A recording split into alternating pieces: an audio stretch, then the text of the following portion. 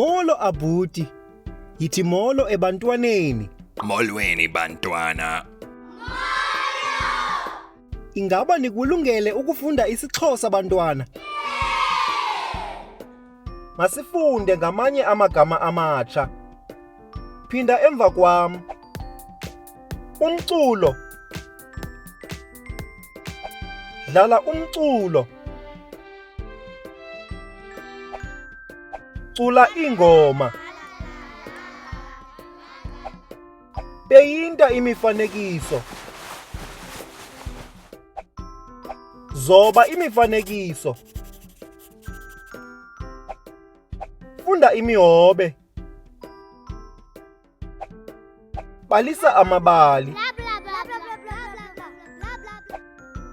Kulungile. Ngoku lelakho ixesha. Ungayifumana inguqulelo echanekileyo? Ingaba ngu-A, B okanye u-C?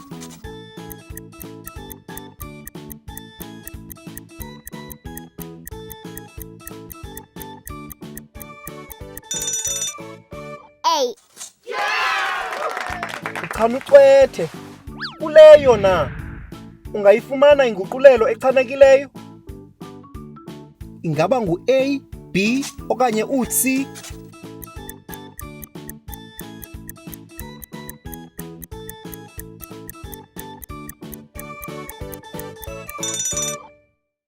B. Uchanucwethe. Phambi kokuba sigqibe, lixesha lebinza losuku. Phinda emva kwam.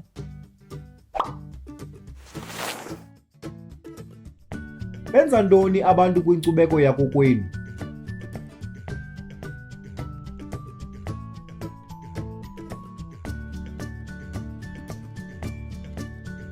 Khawundixelele ngenkcubeko yakokwenu.